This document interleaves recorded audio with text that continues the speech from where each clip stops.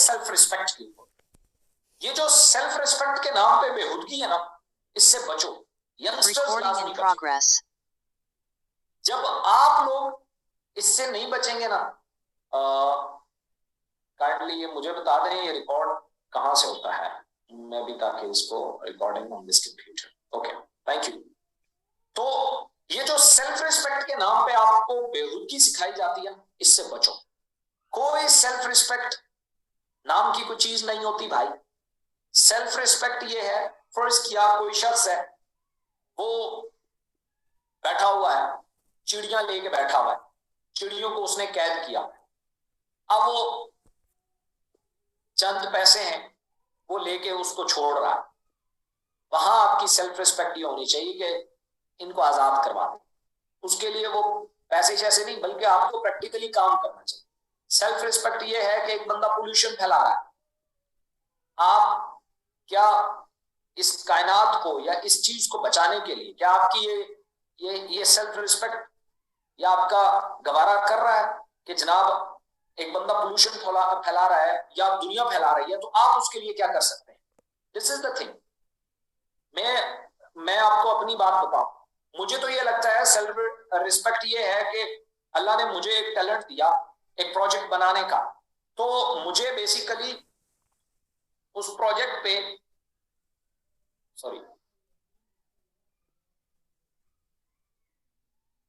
पे फोकस करना है। और ये काइंडली जो हैंड रेज कर रहे हैं बार बार, इससे मैं तंग हो रहा हूं। काइंडली ये हैंड डाउन कर दें प्लीज। अगर आप यहां बैठ के तजर्बे कर रहे हैं कि जी पता नहीं इस बटन से क्या होता है, इस बटन से क्या होता है, उससे मैं डिस्टर्ब हो रहा हूं। Please, thank you thank you thank you. बस ये कोशिश करें हम एक दूसरे को डिस्टर्ब ना करें और हम सिस्टम को आगे जाने दें। एंड यू विल सी के बहुत बहुत आप लोगों को फर्क पड़ेगा इससे, और आप लोग बहुत लर्न करोगे। लेकिन अगर इस तरह की मतलब वो चीजें होंगी, फिर डिस्टर्बेंस होती रहेगी। मेरा तो कोई इश्यू नहीं है, मैं तो बैठा रहूंगा, लेकिन बहुत कीमती टाइम लोग निकाल के आए हुए हैं, वो बहुत इंपॉर्टेंट है। मैं भी जाहिर है, फिर 3 दिन में ये सेशन ना हुआ तो मैं 5 दिन में कर दूंगा, 5 में भी ना हुआ 8 में कर देंगे, 10 में कर देंगे, 15 में कर देंगे। जिन्होंने लेना है वो फिर लेंगे। तो क्या फायदा 3 दिन का सेशन हम 10 दिनों में लेके जाए। इसलिए काइंडली कोशिश करें, एक्सेप्ट करें, और ये hands down hands up hands down hands up इससे जान छुड़ाए। चुके मेरे साथ यहाँ पे बाकी कैमरास लगे हुए हैं, मेरा फोकस डिस्टर्ब हो जाता है, तो आप काइंडली ये मेहरबानी करें। उसके बाद हम ये देखते हैं कि जो ब्लेमिंग है उससे बचना है, ब्लेम से।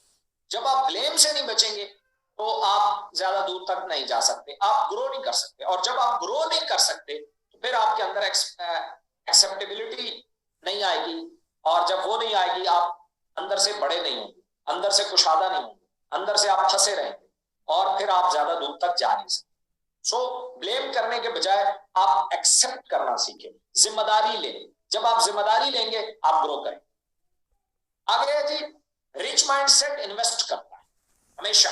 वो बिलीव रखता है कि जो पैसा कमाया गया उसको इन्वेस्ट करना, और वो इन्वेस्ट करता है। अब कैसे कैसे करता है, this is something else, but वो इन्वेस्टमेंट पे बिलीव रखता है कि पैसे को अगर आपने बढ़ाना है, आप अपने हाथ से बहुत लिमिटेड पैसा कमा सकते हैं, बट इन्वेस्टमेंट उसको मल्टीप्लाई कर सकती है 10 time, 15 time, 20 time, 100 time, 1000 time. Investment ये काम कर सकती है, आप अपने हाथ से बहुत लिमिटेड काम कर सकते हैं। सो जो पुअर माइंडसेट होता है वो एक्सपेंस करता है। ये जितने भी लोग हैं, जितने भी टॉप रैंक वाले हैं, इन्होंने हमेशा मेरे सेशन में एक चीज का गिला भी किया होगा, आप लोगों से भी करते होंगे। मैंने इन्हें हमेशा महंगे मोबाइल, महंगी चीजें खरीदने से मना किया। यार ये मत करो, ये आप एक्सपेंस कर रहे हो। आप जो पैसा कमा रहे हो ना, ये एक्सपेंस कर रहे हो। ऐसे से इन्वेस्टमेंट करो। इन्वेस्टमेंट से फिर जो अर्निंग आए उससे फिर बेतहाशा आप खर्च कर सकते हो, और वो खत्म भी नहीं होगा। मतलब मुझे एक बात बताएं, एक बंदा है, फर्ज किया वो साल का 10 करोड़ रुपया कमाता है। मैं एक एग्जांपल देगा, वो साल का 10 करोड़ रुपया कमाता है और वो साल में सारा खा जाता है। जाहिर है जो 10 करोड़ कमाएगा उसके खर्चे भी तो वही वाले होंगे, और साल के एंड पे खा जाता है, और उसमें से करोड़ 1.5 करोड़ रुपया बचता है। दूसरे एंड पे कौन है? दूसरे एंड पे एक ऐसा शख्स है जो 10 करोड़ कमाता है, अपनी जरूरियात पूरी करता है, बाकी 8 से 9 करोड़ रुपया वो इन्वेस्ट कर देता है, और वो इन्वेस्ट करते करते करते एक प्लाजा ले लेता है जिससे 15-20 लाख रुपया रेंट आता है। अब वो 15-20 लाख रुपया जो रेंट आता है ना मंथली, उससे वो जो मर्जी है करता है। वो जो पहले वाला शख्स था ना, जो अपने 10 करोड़ में से सालाना में से 1 करोड़ रुपया बचा पा रहा था, वो जैसे ही वो अपना काम उसका बंद होगा ना, वह हैंड्स टू माउथ हो जाए। लेकिन ये जो शख्स है जो अपने जिसने इन्वेस्ट करके एक प्लाजा ले लिया, एक मार्केट ले ली, उससे रेंट आ रहा है, उसे कोई प्रॉब्लम नहीं, उसका काम छूट भी जाए, जहां से वो सालाना 10 करोड़ रुपया कमा रहा है वो खत्म भी हो जाए, डजंट मैटर, उसका 20-25 लाख रुपया रेंट आ रहा है और उसमें वो भरपूर एंजॉय करता है। दिस इज द थिंग, ये फर्क होता है। मैंने हमेशा कहा पैसा कमाना बड़ी बात नहीं है, पैसा कमा लेना बड़ी बात नहीं है। गरीब आदमी भी कमाता है, अमीर आदमी भी कमाता। पैसे को खर्च करना, पैसे को लगाना, ये बहुत बड़ी साइंस है। इसको अमीर आदमी जो है या रिच माइंडसेट बहुत अच्छे से लगा लेता, और जो पुअर माइंडसेट है या गरीब आदमी है वो इसे नहीं लगा, वो इसे खर्च कर देता। पैसा खर्च करना और पैसा लगाना, इन दोनों में फर्क होता है। जब आप पैसा कमाते हैं तो आप जमा के फार्मूले से कमाते हैं। इतना कमा लिया, 5,000 कमा लिया, जमा 2,000, जमा 3,000, जमा 10,000, जमा 20,000, जमा 50,000, जमा का फार्मूला होता है। बट जब आप इन्वेस्ट करते हैं तो उसे ज़रब का फार्मूला लगता है, मल्टीप्लिकेशन का, मल्टीप्लाई होता है। वो होता है 2 ज़रबे 10, 10 ज़रबे 15, 15 ज़रबे 50, 50 ज़रबे 100, वो यूं मल्टीप्लाई होता है और लोग बहुत आगे निकल जाते हैं।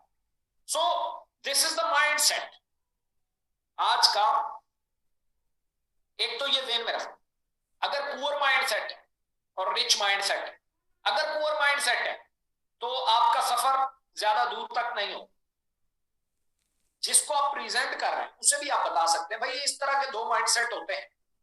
मेरा भी पहले पुअर माइंडसेट था, मैं भी इसी तरह की चीजें सोचता था। जब भी कोई अपॉर्चुनिटी बताता था मैं कहता था फ्रॉड है। कोई भी मुझे कोई बात बताता, मैं लोगों से आप पूछने चला जाता, अपने एनालिसिस, अपना दिमाग नहीं इस्तेमाल करता था।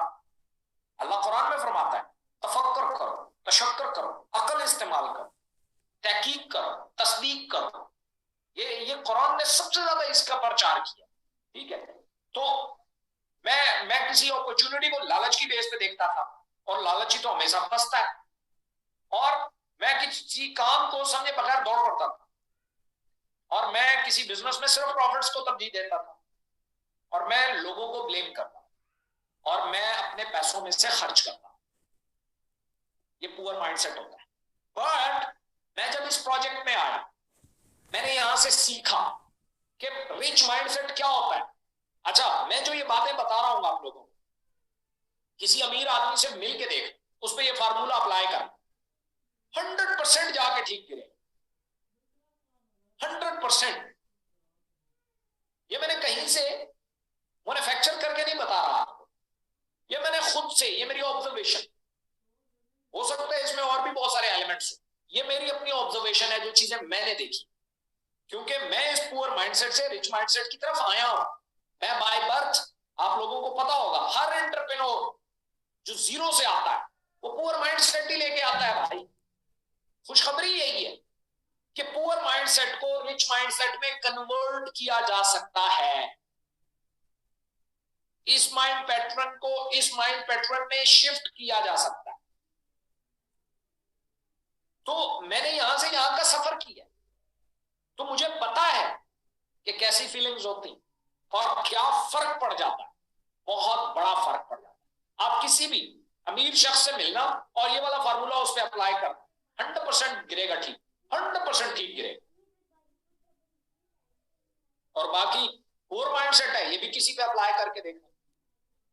आज अपने इर्द गिर्द जाना, क्योंकि माशरा हमारा ज्यादातर पुअर माइंडसेट से भरा हुआ है, तभी तो हर तरफ क्या फैला हुआ है, देख नहीं रहे।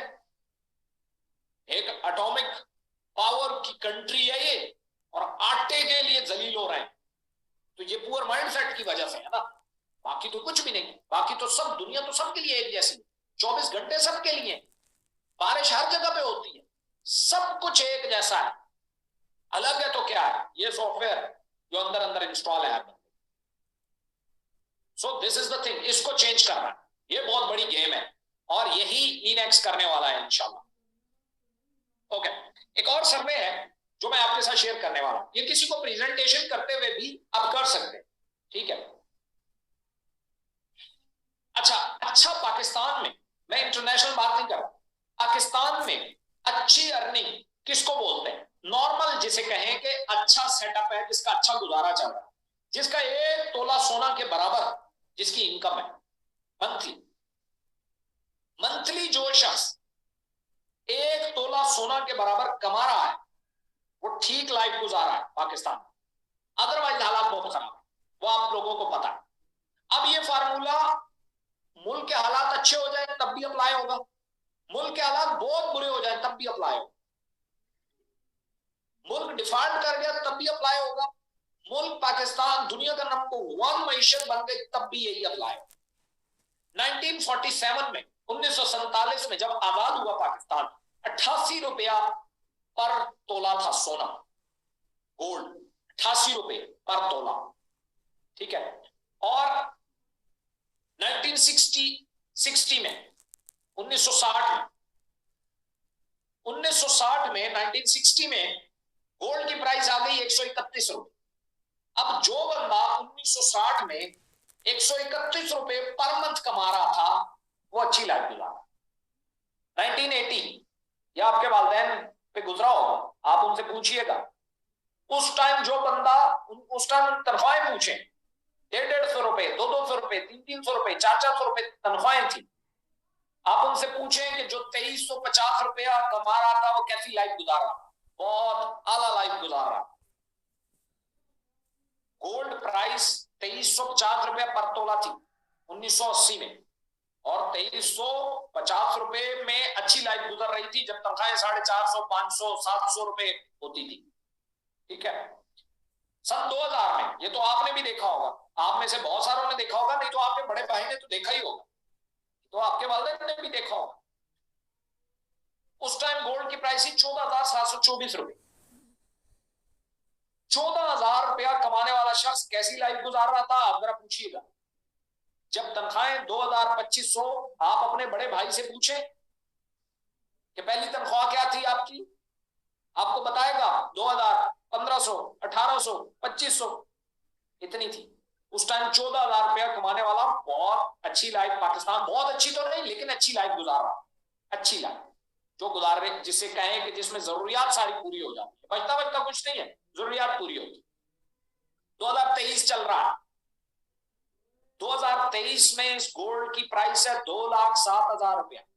इस टाइम जो पर मंथ 2,07,000 रुपया कमा रहा है वो नॉर्मल लाइफ गुजार रहा है, उसके खर्चे पूरे हो रहे हैं।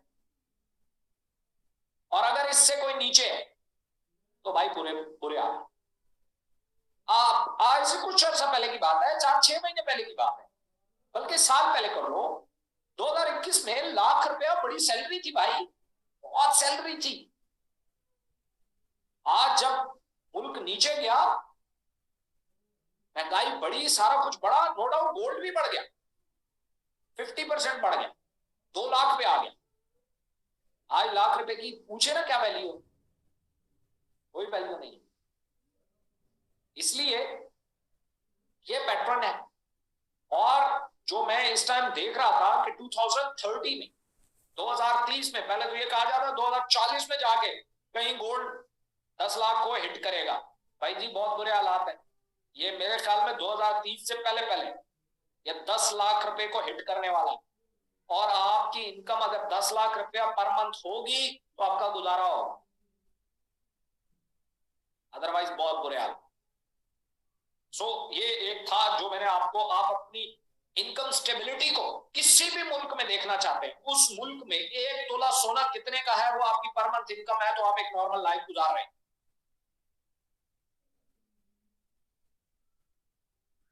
ओके जी, फिर एक सवाल आता है कि व्हाट इज फाइनेंशियल फ्रीडम। नाम सुना हुआ है ना, मुआशी आजादी, फाइनेंशियल फ्रीडम, हम पैसे के कमाने के टेंशन से आजाद हैं। मैं आपको बताऊं ना, इसके बारे में शायद बहुत सारे लोग कहें रमजान में भी ये पैसा पैसा करता रहता है। मैं इस फाइनेंशियल फ्रीडम के बारे में बहुत प्रोएक्टिव। कैसे? मुझे ये लगता है, शायद मैं गलत हूं, लेकिन मुझे ये लगता है कि अगर हमारे यंगस्टर्स को एक प्रोटेक्शन दे दी जाए कि भाई तुम्हारे घर के अखराजात, तुम्हारा खाना पीना रहना सहना ये वो सब की आपको टेंशन लेने की जरूरत नहीं, तो मुझे लगता है वो इतनी इजादात करेगा कि कुछ सोच नहीं। मैंने हमेशा अपनी ट्रेनिंग्स में इस बात को क्लेम किया, इस बात का गिला किया है मुख्तलिफ सेशंस में कि हमारे डॉक्टर्स, रिसर्चर क्यों नहीं पैदा होते, इंजीनियर, साइंटिस्ट हमारे पास क्यों नहीं पैदा होते।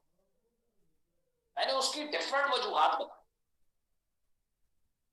तो एक दिन मैं एक न्यूज पढ़ रहा था, न्यूज नहीं था बल्कि एक इंटरव्यू था, और उस इंटरव्यू में यह था कि जो लोग नॉर्वे में, अमेरिका में, डेवलप्ड कंट्रीज में पैदा होते हैं ना बच्चे, वो हंसते हंसते साइंटिस्ट बन जाते हैं, हंसते हंसते ऐसे ही खेलते कूदते गलियों में साइंटिस्ट बन जाते। हमारा बंदा 40 साल तक रोटी से जान नहीं छुड़ा पा, रोटी से क्या साइंटिस्ट बनेगा उसको। तो फिर आप लोगों ने एक बात और भी सुनी हो, जो पाकिस्तान में कोई टैलेंटेड बच्चा पैदा होता है वो बाहर निकल जाता है, क्यों ना निकले? वो कैसे इस मुल्क में रह सकता है जहां उसे भूख मार देगी, वहां उसे थोड़ा सा पेट सिक्योर नजर आता है वो निकल जाता है। हम कहते हैं जी गोरे ले गए हमारे बंदे, गोरे नहीं ले गए, भूख ले गई है, भूख, भूख ले गई है, भूख ले। हकीकत बात यह है कि वही बंदा जब वापस आता है अपना पेट पाल के, पेट भर के, जब वापस आता है, बहुत सारे होते हैं जिनको अपना मुल्क बहुत याद आता है, वो वापस आते हैं, तो फिर उसका हाल क्या करते हो आप मेरे से बहुत अच्छे से। इसलिए जब ये बात मुझे समझ आई, देन आई डिसाइड यार और कुछ नहीं कर सकता, मैं कोई तखलीक नहीं कर सकता, मैं साइंटिस्ट नहीं बन सकता, नॉट अ साइंटिस्ट, मैं बन भी नहीं सकता, मैं कोई डॉक्टर नहीं बन सकता, मैं कोई बहुत बड़ा रिसर्चर नहीं बन सकता, मैं इनमें फल्कियात को नहीं जानता, मैं कोई मोटर्स नहीं बना सकता, मैं कोई गाड़ियां नहीं बना सकता। क्या मैं एक काम कर सकता हूं? वो ये कि मैं यंगस्टर्स को फाइनेंशियली फ्री कर सकता हूं। तो मुझे अंदर से आया कि यस आई कैन। तो मैंने कहा मुझे ट्राई करना चाहिए, और वो ट्राई करने के लिए इकोनेक्स का कॉन्सेप्ट मिला। आप देखेंगे और आगे बहुत सारी चीजें देखेंगे। साथ मैंने एजुकेशन को जारी रखा। क्यों? मुझे ये लगता है कि आपका पैसा कमा लेना काफी नहीं है, आपका माइंड सेट चेंज करना बहुत जरूरी है। पैसा तो इसलिए है कि यहां लोग अट्रैक्ट हो, अदरवाइज इकोनेक्स से पहले मैंने 200 प्लस सेशंस किए हैं लोगों के माइंडसेट के ऊपर, जू तक नहीं रुई थी किसी।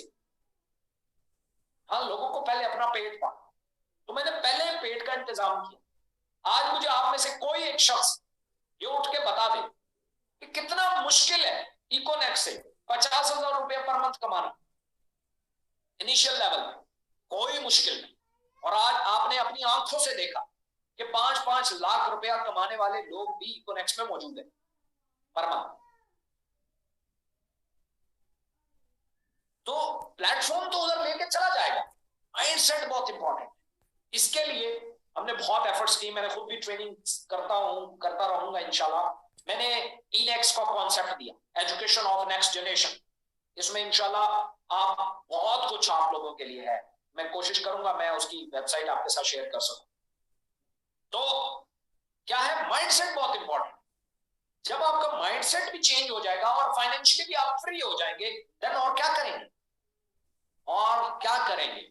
सिर्फ फिर माइंड को तो कुछ चाहिए, दिमाग को तो कुछ चाहिए, फिर ये तख्लीक करें।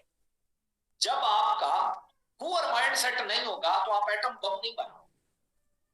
जब रिच माइंडसेट होगा ना तो आप एनर्जी का सोर्स बनो, फिर ये वाले साइंटिस्ट बनो जो दुनिया के लिए और लोगों के लिए आसानियां पैदा करे। इवल जीनियस नहीं बने अगर माइंड सेट चेंज हो।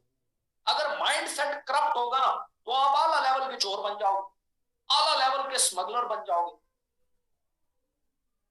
तो इसलिए माइंड सेट चेंज करना बहुत इंपॉर्टेंट है। और हमारी यूथ का यही तो प्रॉब्लम है, थोड़े से पैसे कमाएं तो बिगड़ जाते हैं, और पैसे नहीं कमाते तब बिगड़ जाते हैं। बंदा क्या करे इनके साथ, जो समझ नहीं आता। सो हम अपनी एफर्ट्स करें यार, जितना हो सके हम अपनी कोशिश तो करें। कल उसके दरबार में अमाल में कुछ नहीं होगा, बस ये तो होगा ना कि अल्लाह एक कोशिश में लगे रहे, कुछ नहीं हुआ आप क्या करें, कोशिश थी, इट्स इनफ। सो इसलिए फाइनेंशियल फ्रीडम को समझना है कि व्हाट इज फाइनेंशियल फ्रीडम। जब आपको ये समझ आ गया, आई एम डैम श्योर आप इसको क्रैक करो। फाइनेंशियल फ्रीडम शुरू होता है एक्टिव इनकम से। एक्टिव इनकम क्या है जी? एक्टिव इनकम जो भी आप काम करते हैं, चाहे वो जॉब करते हैं, चाहे वो बिजनेस करते हैं, चाहे वो होटल चलाते हैं, चाहे वो व्हाटसोएवर कुछ भी करते हैं, ये एक्टिव इनकम है। कोई भी काम जो आप कर रहे हैं वो एक्टिव इनकम है। लोग इसको सिर्फ जॉब को एक्टिव इनकम कहते हैं। आप काम कर रहे हैं, पैसे आ रहे हैं, बस ये एक्टिव इनकम। आप अगर बिजनेस कर रहे हैं तो वो पैसिव इनकम है। नो, जो भी आप काम कर रहे हैं, जहां आपकी एनर्जियां पुट हो रही, जहां आपकी एनर्जी लग रही, मेहनत कर रहे हैं, वो एक्टिव इनकम। और एक्टिव इनकम जब तक आप काम कर रहे हैं, जब तक आपके गुर्दे काम कर रहे हैं, आपके गुड्डे गेटे गोडे गिट्टे काम कर रहे हैं, आपको पैसे आते रहे। जब आपके गोडे गिट्टों में सा न रहा तो ये पैसे आना बंद हो जाए। आप काम करना बंद करेंगे। एक बंदा है, उसकी दुकान है, उससे पैसे आ रहे हैं, वो एक्टिव इनकम है या पैसिव इनकम? Active income. जिस दिन दुकान बंद हो गई या वो दुकान पे ना बैठ सका, उस दिन इनकम आना बंद हो जाए। तो ये एक्टिव इनकम। ज्यादातर लोग या एंटरप्रेन्योर्स या कोई भी होते हैं, उनकी शुरुआत यहीं से। पूरी दुनिया में सबकी बिजनेस की शुरुआत, जॉब की शुरुआत, किसी भी इनकम की शुरुआत एक्टिव इनकम से होती है। या ज्यादातर 99%, तकरीबन 98% यहीं से होती है एक्टिव इनकम। दूसरी इनकम होती है पैसिव इनकम। पैसिव इनकम वो होती है जहां आपकी कोई एनर्जी नहीं लगती, कोई आपका वो नहीं है। जैसे आप बिल्डिंग में रेंट आ रहा है, अब रेंट पे आपकी क्या एफर्ट? कोई एफर्ट नहीं। हाँ, आप रेंट लेने जाते हैं, आपको बिल्डिंग की देखभाल करनी पड़ती है, थोड़ा सा वर्क है, बहुत ज्यादा नहीं, लेकिन थोड़ा सा वर्क आपको करना पड़ता है। इसी तरीके से आपकी दुकान है, दुकान पे आपने लड़के बिठाए हैं, अब आप जाते हैं काउंटर पे बैठ जाते हैं, कभी कभी नहीं भी बैठते, दुकान चल रही है, पैसे आ रहे हैं, दिस इज पैसिव इनकम। आपकी एफर्ट्स कोई इतनी खास नहीं लग रही है, बट कोई खास नहीं। तो ये होती है पैसिव इनकम। एक और इनकम होती है जिसका मैं कायल, मैं उस इनकम का कायल। आज तक आपने इन्हीं दो के बारे में पढ़ा, एक्टिव इनकम और पैसिव इनकम। इससे आगे आपने नहीं पढ़ा। वो है effortless income. Effortless income. Effortless income कौन सी है? वो पैसा जिसके ऊपर आपकी जरा बराबर भी ना कोई एफर्ट लग रही है। ये लाइट चली गई है, पर्दा ऊपर कर रहे,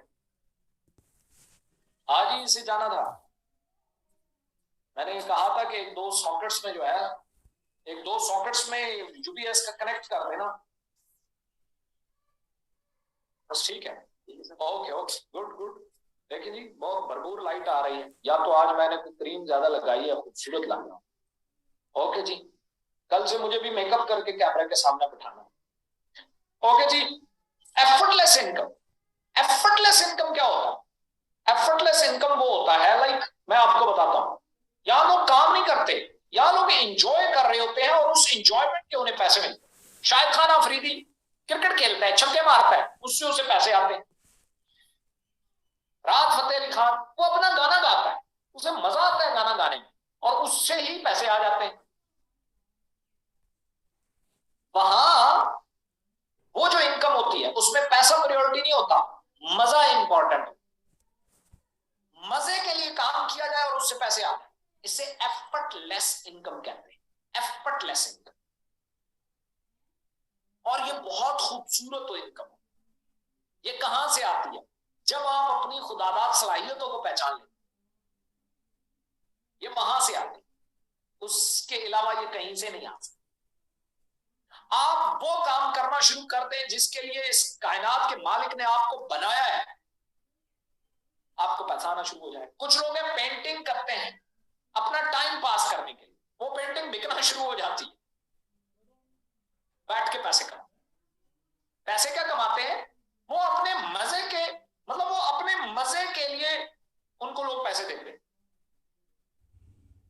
आप अंदाजा करें, ये वो इनकम है एफर्टलेस। ये इकोनेक्स जो आपको एंटरप्रेन्योर बनाना चाहती है, वो दरअसल इस फील्ड में आपको डालना चाहती है। एफर्टलेसली इनकम को अप्रोच करो, पहुंचो वहां तक।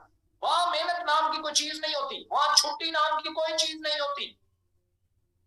वहां लोग, वो क्या है ना कि मेरा एक दोस्त है, उसको बड़ा शौक है ये मतलब आजकल मैं भी उसकी शागिर्दी इख्तियार करने वाला हूं। वो ये टेबल और ये कुर्सियां और ये चीजें बनाता है, वो जो प्लाई की और लकड़ी की और इनकी डिजाइन बनाता है और डिफरेंट, और ये उसका शौक है।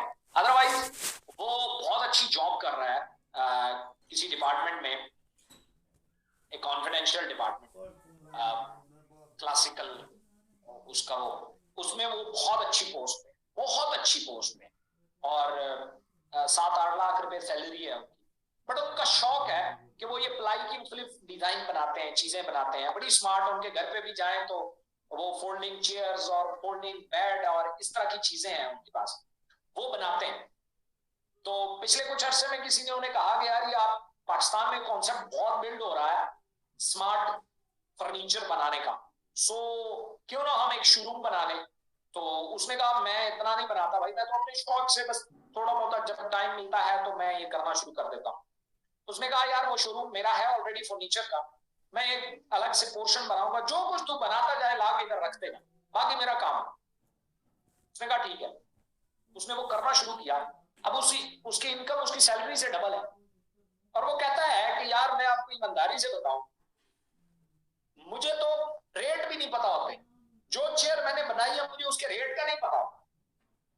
मेरा दोस्त ही तहिया करता है क्या रेट है और कितने पैसे देता है, मैंने भी कभी नहीं पूछा। ये वो मटीरियल डाल देता है। पहले ये था कि मैं इसको थोड़ा टाइम देता था, अब चूंकि मजे का काम भी है तो जैसे ही क्या नाम है जॉब से फ्री होके आता हूँ, सारा दिन सारी रात इसी में लगा रहता हूँ, मजा आता रहता है।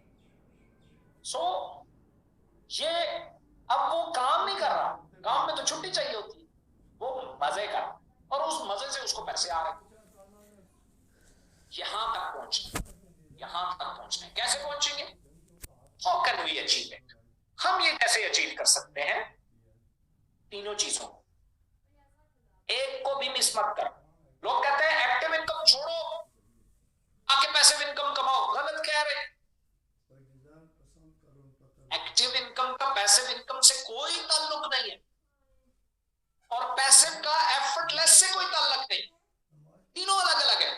एक बंदा बैक वक्त एक्टिव इनकम भी कमा सकता है, पैसिव भी कमा सकता है, एफर्टलेस भी कमा सकता है। तीनों तीनों इनकम एक ही वक्त में वो कमा सकता है, तीनों। ये ज़हन में रखिए। जैसे वो जॉब करते हैं, वो उनकी एक्टिव इनकम है, वो जाते हैं जॉब करते हैं, ये वो। दूसरा, वो अपनी जो अपने मशागिल है उनको बेचते हैं, ये दूसरा है। इसी तरीके से अगर वो कोई दुकान बना ले या कोई प्रॉपर्टी खरीद ले, उसको रेंट पे लगा दे, अब देखा तीनों इनकम है। तो तीनों इनकम एक बंदा कर सकता है। ऐसा नहीं होता कि पैसे करने के लिए एक्टिव को छोड़ना पड़ता है, एफर्टलेस करने के लिए बाकी नो, सवाल ही पैदा नहीं होता। कैसे कर सकते हैं इनको अचीव? एक्टिव इनकम को बाय हार्ड वर्क हम अचीव कर सकते हैं। एक्टिव इनकम होती है हार्ड वर्क से। आप जितना ज्यादा हार्डवर्क करोगे इतनी आपकी एक्टिव इनकम बढ़ेगी। कुछ लोग एक जॉब करते हैं, कुछ दो करते हैं, कुछ तीन करते हैं। समझ आ रही है? 3 जॉब्स भी लोग करते हैं। ऐसे बहुत सारे मेरे दोस्त हैं जो सुबह कहीं और टीचिंग करते हैं, फिर कॉलेज में करते हैं, फिर शाम को ट्यूशन करते हैं, फिर रात को ट्यूटर भी है। आपके भी होंगे बहुत सारे। तो बाय हार्ड वर्क आप एक्टिव इनकम को बढ़ा सकते हैं, फिर भी लिमिटेड इनकम को आप बढ़ा सकते हो बाय हार्ड वर्क। ठीक है, हार्ड वर्क करके आप अपनी इनकम को, एक्टिव इनकम को बढ़ा सकते हो, बट लिमिटेड। क्योंकि एक बंदे के पास 24 घंटे होते हैं, 24 घंटे इस्तेमाल करने के बाद वो क्या करेगा, उसमें जो इनकम पॉसिबल है वही आएगी, उससे ज्यादा तो आ नहीं सकती। समझ आ रही है? 24 घंटे में जो इनकम आती है वही आ सकती, उससे ज्यादा नहीं आ सकती। दूसरी कैटेगरी है पैसिव इनकम। जो लोग थोड़ा स्मार्टली खेलते हैं, स्मार्ट वर्क करते हैं, वो पैसिव इनकम अर्न करते हैं। तो पैसिव इनकम का जो स्पैम है या जो एरिया है वो थोड़ा बड़ा होता है। ये बड़ा एक्टिव इनकम वाला लाखों तक जा सकता है, पैसिव इनकम वाला करोड़ों तक जा सकता है, करोड़ों तक पैसिव इनकम। करोड़ भी लिमिटेड करोड़, 5 करोड़ 6 करोड़, इससे ज्यादा नहीं, इससे ज्यादा नहीं, सवाल ही पैदा नहीं। बहुत हद मारे 10 करोड़, 10 करोड़ के ऊपर नहीं जा सकते पैसिव इनकम वाला। जितना भी स्मार्ट करें, जितना भी स्मार्ट करें, क्योंकि स्मार्ट वर्क के लिए भी आपको नजर रखनी पड़ती है। आपने एक दुकान बना के दे दी किसी को, उस पर लड़के बिठा दें, आप उसका चेक एंड बैलेंस नहीं करेंगे तो वो कैसे चलेगी? 1 महीना आपके बगैर चल जाएगी, 2 महीना, 3 महीना, उसके बाद वो ग्राफ नीचे आना शुरू हो जाएगा। सेम इसी तरीके से आप 10 दुकानें बना लें, 20 बना लेंगे, 30 बना लेंगे, खत्म। उसके बाद आपके पास टाइम ही नहीं होगा नजर रखने के। इसी तरीके से आप मशीनरी खरीद लेंगे, मशीनरी को भी तो चेक एंड बैलेंस रखना है। चेक एंड बैलेंस का जब टाइम खत्म हो गया तो कहानी खत्म हो। तीसरा भी है effortless income by effortless work. अगर आप कोई काम एफर्टलेसली कर रहे हो, कोई उसमें आपको कोई टेंशन नहीं है, कोई प्रॉब्लम नहीं है, कोई चेक एंड बैलेंस का प्रॉब्लम नहीं है, ये नहीं है, वो नहीं है, देन आप जो इनकम कमा रहे हो एफर्टलेसली। मैंने आपको बता दिया, शाहिद खान आफरीदी छक्के मारता है, उसके पैसे मिलते हैं उसको। राहत फतेह अली खान जाता है, गाना गाता है और उसको करोड़ों रुपए मिलते हैं, वो एफर्टलेसली का। इसी तरीके से हर बिजनेसमैन, ज्यादातर बिजनेसमैन मैंने जो देखे, वो अपने काम को अपना मजा बना ले। इलोन मस्क, आपको लगता है उसे कोई जरूरत है जाके काम करने की? नो, वो जाते हैं एंजॉय कर। वो अपने काम को जिस दिन, अच्छा ये नीचे लेवल में भी हो सकता, मतलब आज ही आप जो काम कर रहे हो उसको एफर्टलेसली करना शुरू कर दो। मतलब उसमें अगर आपको मजा आ रहा है तो आज ही आपका काम एफर्टलेसली और उसकी इनकम एफर्टलेसली। फिर इनकम सेकंड प्रायोरिटी बन जाता है, फर्स्ट प्रायोरिटी मजा बन जाता है। मजा आ रहा है, पैसे कमाए तो ठीक, ना कमाए तो कोई मसला नहीं, मजा तो आ रहा है, मजा तो आ रहा है। ये मेरे दोस्त हैं, टाइम सेशन पे भी शायद मौजूद है, मेरे साथ क्रिकेट खेलते हैं। उन्हें पता है हम जीते या हारे दोनों सूरतों में खुश होते हैं। क्यों? हमारा मकसद खेलना होता है और खेल को एंजॉय करना। हमारा मकसद हारना या जीतना होता ही नहीं। तो जो एफर्टलेसली जीते हैं उनका जो अर्निंग होती है या काम होता है, उसका वो उसमें आने वाला मजा होता है, वो मेरिट होता है। उससे आने वाले जो समारात होते हैं वो हो या ना, उन्हें फर्क ही नहीं पड़ता। और असल गेम यहीं से शुरू। जब बिजनेस के लॉस और प्रॉफिट से आपको फर्क ना पड़े अंदर से, वही तो इनकम है, वही तो बिजनेस है। वहां आप कैसे लालची हो सकते हो?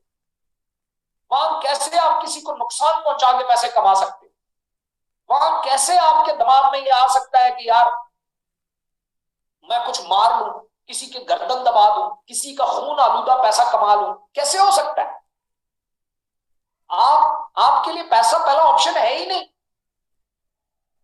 इसलिए फिर पैसे के लिए किसी का गला नहीं काटो, किसी से चोरी नहीं करो, किसी के साथ झूठ बोल के पैसा नहीं कमाओ। समझ आ रही है? आप उस काम को करोगे। मैं ये काम कर रहा हूं इकोनेक्स, मैं बार बार एग्जांपल इसलिए आपको देता हूं कि आप में से कोई भी शख्स ये ना समझे कि यार ये मैं को फर्स्ट टाइम कर रहा हूं ये ट्रेनिंग, और या मैंने कोई किताबों से इकट्ठा करके यहां लिख दिया। नो, ये मेरे पर्सनल एक्सपीरियंसेस हैं जो मैंने यहां लिखे हैं। ये मैंने पीडीएफ अपने हाथों से बनाया। मैं क्यों आपको मना करता हूं? झूठ बोल के सेल्स मत लाओ, धोखेबाजों को सेल्स में मत लाओ, लालची लोगों को अपने साथ मत जोड़ो। हालांकि इससे मेरी सेल डाउन होनी है कंपनी, और फिर मेरे बारे में आपको एक और बात भी मशहूर होगी, ये बहुत प्राउडी है, ये जनाब किसी की सुनता ही नहीं है, कोई कंप्रोमाइज नहीं करता, इतनी सख्त पॉलिसियां लाता है, कट कड़ा के देता है। मुझे बताएं, मेरा इसमें से अर्निंग पहली प्रायोरिटी है ही नहीं, मेरा इसमें सिस्टम पहली प्रायोरिटी है, सिस्टम बनाना, क्योंकि सिस्टम बनाते हुए मुझे मजा आता है। और मैं आपको बताऊं जेन्युइनली कि जेन्युइन काम से 2 नंबर काम जो होता है वो आसान होता है। 2 नंबर काम में एक वेबसाइट बनती है बस। जेन्युइन काम में सामने आना पड़ता है, लोग आपको जानते होते हैं, फोन नंबर आम होता है, ऐसे आप बात कर रहे होते हैं, ऑफिसेज मौजूद होते हैं, मुश्किल होता है। मैं अगर जेन्युइन कोई चीज बनाना जानता हूं तो क्या मैं 2 नंबर नहीं जानता हूँ? कमाल करते हैं ये लोग। मैंने ये बताया कि लोग, इनके तो एक्सपोजर नहीं है, अल्लाह का शुक्र है मेरा तो एक्सपोजर है। मैं इस प्रोजेक्ट को इंटरनेशनली लॉन्च कर सकता था किसी और मुल्क की शो करके, मैंने नहीं किया। मुझे इस मुल्क में रहना है, मुझे यहाँ के यंगस्टर्स को इंस्पायर करना है कि देखो मैं कर सकता हूं तो तुम भी कर सकते हो। मैं तो एफएससी हूं, मुझे तो पढ़ना लिखना भी नहीं आता पूरी तरह, मैं कर सकता हूं तो तुम भी कर सकते हो। सिर्फ क्या है, अपने पैटर्न बदल, अपनी यहां की जंजीरें खोल और सीखो, आगे बढ़ो, लर्न करके आगे बढ़ो, नॉलेज लेके आगे मत बढ़ो, मारे जाओ। ओके, इससे आगे चलते हैं। आगे हमारे पास ये आप में से बेशुमार लोग जानते होंगे, बहुत सारे शायद ना जानते हो, 4 क्वाड्रेंट थ्योरी भी इसे कहा जाता है, 4 फाइनेंशियल स्टैंडर्ड्स भी इसे कहा जाता है। ठीक है, अब इसके बारे में मैं आपको एक चीज बता दूं, ये बहुत जबरदस्त किस्म की है, और बहुत हद तक ये ट्रू साबित होती है पूरी दुनिया में। कहीं बहुत सारे मुल्कों में इसका गैप मौजूद है, लेकिन ये तकरीबन बड़ी रिकॉग्नाइज्ड किस्म की थ्योरी है। और इसके मुताबिक ये है कि पूरी दुनिया में 90% लोग एम्प्लॉयड होते हैं। 90% पूरी दुनिया में 90% लोग एम्प्लॉयड होते हैं। एम्प्लॉय कौन? ये लोग आप जानते हैं, मैंने जो आपको बताया, वो लोग होते हैं जो बड़ी लिमिटेड इनकम कमाते हैं, लेकिन ये सबसे ज्यादा सिक्योर लोग होते हैं। सिक्योर से मुराद इनकी सिक्योरिटी बहुत हाई लेवल पे होती है। क्यों? ऑर्गेनाइजेशन तरक्की करे या नीचे जाए या ऊपर जाए, इन लोगों को अपनी सैलरी चाहिए, और सैलरी इनको मिलती है। बाद औकात नहीं भी मिलती, बाद औकात निकाल दिए जाते हैं, ये अलग एक इनसिक्योरिटीज है, बट ये मंथ के एंड पे सिक्योर थोड़ी है, जो भी है, लेकिन आती है। 90% लोग हैं। 6% सेल्फ एम्प्लॉयड हो, जो किसी कहीं पे जॉब तो नहीं करते, बट अपना एक सेटअप होता है, और उस सेटअप उनको अपना अपना जो है वो बांध के रखता है। जैसे एक दुकानदार, एक डॉक्टर जिसका अपना क्लिनिक है, एक छोटा मोटा वकील, इस तरह के लोग जो अपना चैम्बर चलाते हैं, और ये अपना तो थोड़ा बहुत करते हैं, और इनकी निस्बत, एम्प्लॉयड की निस्बत सेल्फ एम्प्लॉयड थोड़े बेहतर होते हैं, अर्निंग में थोड़ी इनकी बेहतर होती है। लेकिन इनकी एजुकेशन इनसे बहुत होती है, ये बहुत ज्यादा एजुकेशन वाले लोग होते हैं, इनके पास बहुत एजुकेशन, और इन्होंने एजुकेशन, और ये बहुत ज़हीन लोग होते हैं। ये पे ज़हन में रखिएगा, ये जो सेल्फ एम्प्लॉयड लोग होते हैं ये बहुत ज़हीन होते हैं, ये ऊपर वाले भी ज़हीन है, लेकिन ये बहुत ज़हीन है, ठीक है। ये थोड़ा सा हार्ड वर्क के साथ स्मार्ट वर्क भी करते हैं, ठीक है, हार्ड वर्क के साथ थोड़ा स्मार्ट वर्क भी करते हैं, इसीलिए फाइनेंशियली इनसे ज्यादा स्ट्रांग होते हैं। फाइनेंशियली एम्प्लॉयड से सेल्फ एम्प्लॉयड थोड़ा ज्यादा स्ट्रांग होता है, ठीक है। टाइम में भी उससे ज्यादा इसके पास अवेलेबल होता है, और सारी चीजें इस एम्प्लॉयड की निस्बत इसके पास ज्यादा होती है, ठीक है। लेकिन ये पूरी दुनिया का 6%, 100 में से 6 लोग, 3% वो होते हैं जो ब्रांड ओनर होते हैं। इस थ्योरी के मुताबिक ये जो लोग हैं ये फाइनेंशियली स्ट्रगल करते हैं, कब तक? 40 से 45 साल तक, 40 से 45 साल तक ये लोग स्ट्रगल करते हैं, ठीक है। ये जो क्वाड्रेंट है तीसरा, इसको ब्रांड ओनर कहते हैं। 3%, दुनिया के 3%, ये किसी ना किसी ब्रांड के मालिक होते हैं, यही एंटरप्रेन्योर होते हैं ज्यादातर, ये किसी ब्रांड के ओनर होते हैं, किसी ब्रांड को ये ओन करते हैं। दुनिया के ये 3% है, और ये अमीर लोग होते हैं, इनको फाइनेंशियली ये फ्री होते हैं, इन्हें को परवाह ही नहीं। ये किसी KFC का मालिक होगा, किसी मैकडोनल्ड का मालिक होगा, किसी नेस्ले का मालिक होगा, किसी भी ब्रांड का मालिक होगा, ये 3% फाइनेंशियली फ्री होते हैं, इन्हें परवाह ही नहीं होती। इनका सिस्टम इतना ऑटोमेटिक होता है कि ये घर बैठे होते हैं, पैसे आ रहे होते हैं, ऑफिस आए तब भी ठीक, ना आए तब भी ठीक, पैसे इनके अकाउंटों में जाते रहते हैं। ये ब्रांड ओनर होते हैं। अगले नंबर पे इन्वेस्टर आता है। ये फिर बिग गन, ये शार्क्स कहलाते हैं। ये 1% होता है पूरी दुनिया। ये दुनिया का 1% है, लेकिन दुनिया की 95% दौलत इन्हीं के पास है। ये इन्वेस्टर होते हैं, इनकी इन्वेस्टमेंट 200 कंपनियों में। पीछे से ये भी ब्रांड ओनर ही किसी से आते हैं। ये जो शार्क्स होते हैं, ये जो इन्वेस्टर्स होते हैं, ये पीछे से कोई ना किसी ब्रांड के मालिक होते हैं, किसी ना किसी कंपनी के ओनर होते हैं, और आगे आके इनके लिए फिर पैसा काम करता है। फिर ये 1% में शामिल हो, फिर ये इन्वेस्टर बनते।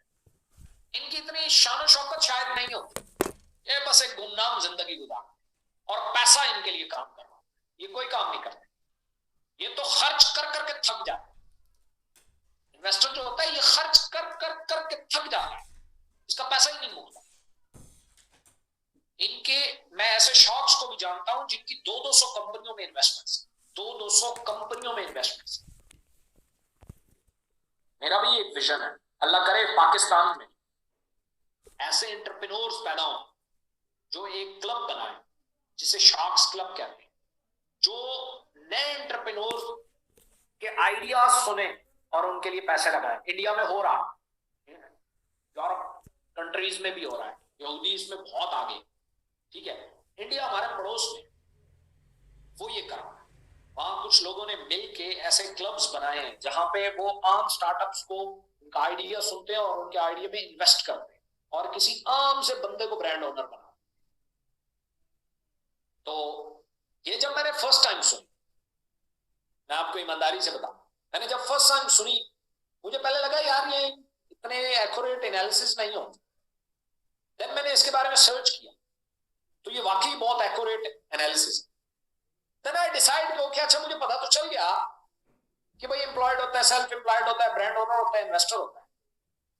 बट ये कैसे है? मतलब मुझे तो फौरन नजर आ गया मैं किस क्वाड्रेंट में हूं। मैं तो इस क्वाड्रेंट में हूं, मैं तो कहीं एम्प्लॉयड हूं, बल्कि मैं इससे भी बाहर हूं।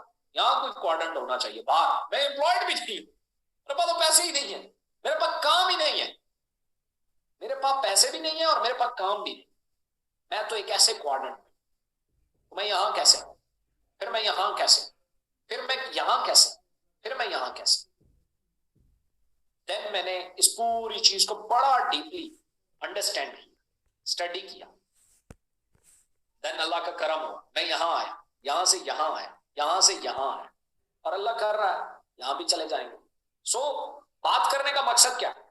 मैं उस रास्ते को जानता हूं जो इससे भी पहले से शुरू होता है और यहां तक लाता है, और उस रास्ते का नाम इकोनॉमिक्स। जो इस क्वाड्रेंट से भी पहले किसी क्वाड्रेंट में शुरू होता है, जहां कोई एम्प्लॉय भी नहीं है अभी तक, वहां से ये शुरू होता है, यहां भी लाता है, यहां पे भी लाता है, यहां लाता है और यहां इन्वेस्टर्स में उसे शामिल करता है।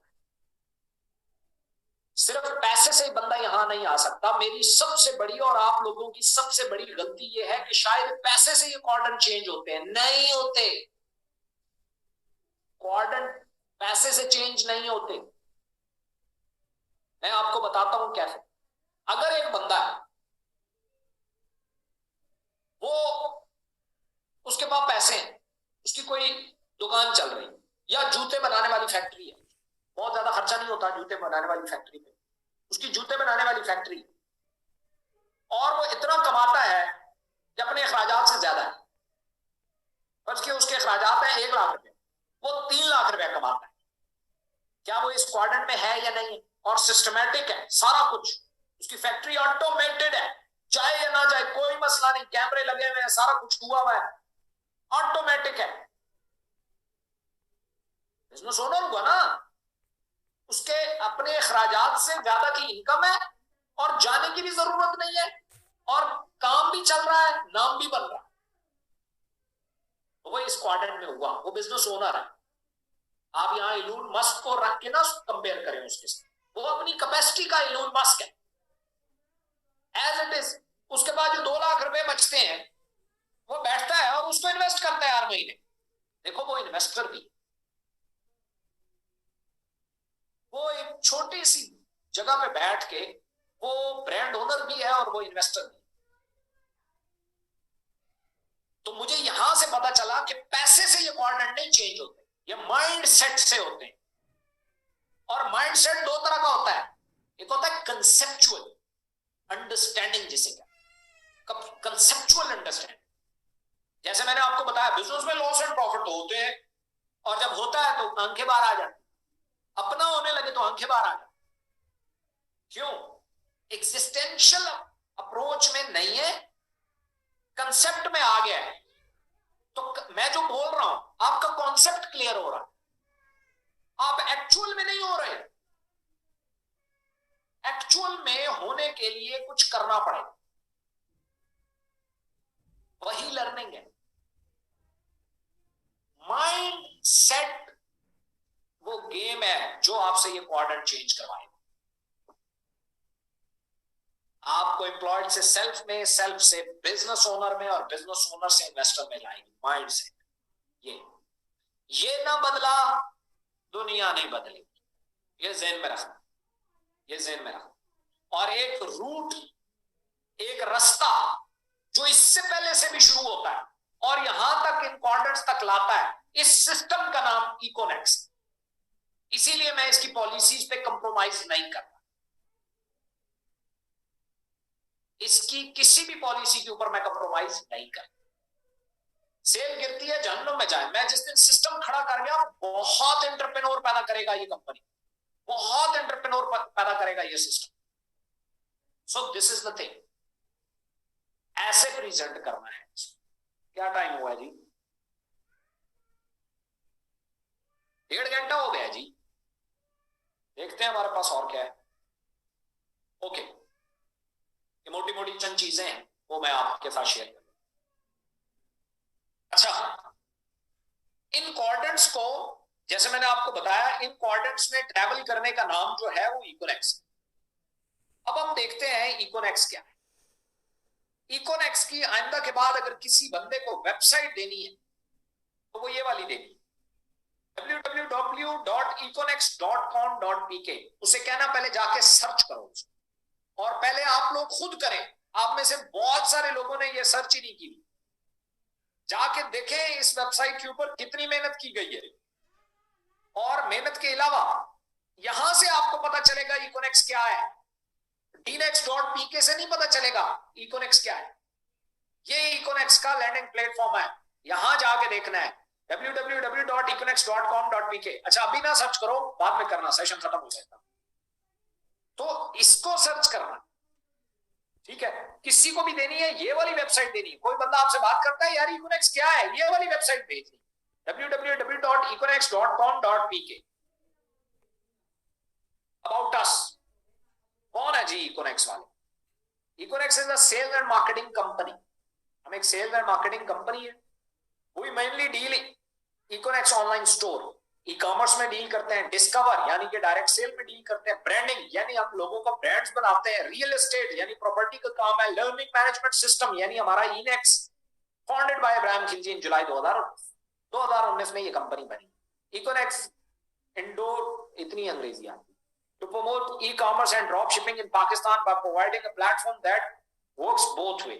People who are looking to expand their business opportunities or work part-time and full-time, and consumer can connect through Econex.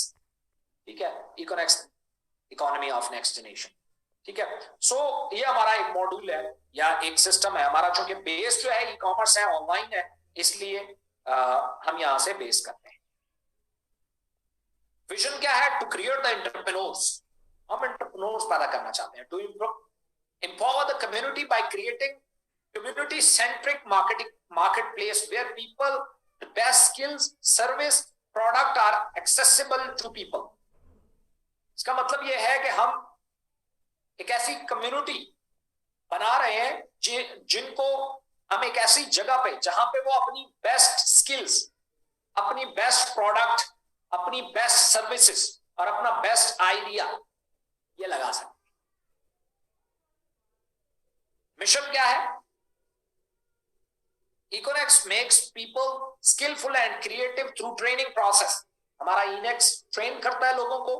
इकोनेक्स is the only platform which gives ordinary people their financial freedom. Econex हमारा लोगों को direct cell के जरिए financially free करता है। Econex provide best services, products and its community through different projects. Services में पीनेक्स है हमारे पास, प्रॉपर्टी ऑफ नेक्स्ट जनरेशन, जिसमें हम प्रॉपर्टी मैनेजमेंट और उसको देखते हैं। प्रोडक्ट्स में हम ऑनलाइन स्टोर ब्रांडिंग को देखते हैं। सो ये हमारा मिशन है। ठीक है, पर्पस क्या है? The purpose of Econex is to bring forward skillful and creative people to eliminate the unemployment। हम पाकिस्तान में इस बीमारी जिसे बेरोजगारी कहते हैं उसको हम खत्म करना चाहते हैं अपने एक विजन के साथ। Founder, first generation direct sell entrepreneur Ibrahim Khilji is passionate about inspiring new generation of entrepreneurs, sharing his own rich experience and passing down the wisdom to making life better for other is truly Ibrahim's life ambition। और खैर एक किसी ने मेरे बारे में कहानियां लिखी। ओके, कल से हम इन प्रोजेक्ट्स को देखेंगे, एक एक को हम एक्सप्लोर करेंगे इंशाल्लाह। 1 घंटे का सेशन होना था, 1.5 का हो गया है, तो खैर है, 1.5 मेरे दिन में था। कल हम यहां से अपने प्रोजेक्ट्स को देखेंगे, एक एक को देखेंगे। मैं कोशिश करूंगा आपको एक एक की वेबसाइट भी साथ खोल के दिखाऊं, उस पर काम करना भी बताऊं। सबसे पहले माइंडसेट जरूरी था, जिसके ऊपर आज मैंने इतना टाइम लगाया।